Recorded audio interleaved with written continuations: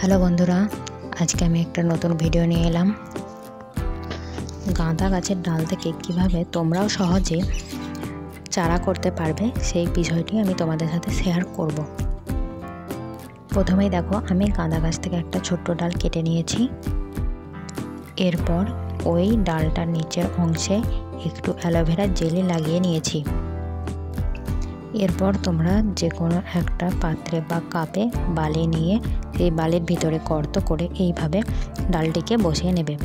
এই ডালটিকে আমরা এখন একটা ছায়াযুক্ত স্থানে রেখে দেব এবং দুদিন ছাড়া ছাড়া গাছটিতে জল দিতে হবে এবং গাছটিকে কিন্তু ছায়াযুক্ত স্থানেই রাখতে হবে।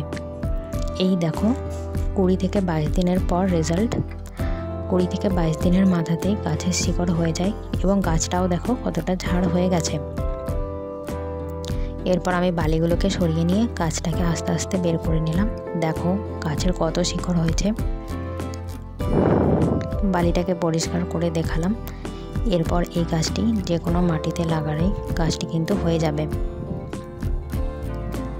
এরকম আরও ভিডিও দেখতে হলে চ্যানেলটিকে অবশ্যই সাবস্ক্রাইব করো। এরপর আমি এই গাছটাকে যে কোনো মাটিতেই বসিয়ে দেব। আমি আর একটু ভালো করে দেখালাম। ভিডিওটা ভালো লাগলে অবশ্যই লাইক এবং সাবস্ক্রাইব করবেন।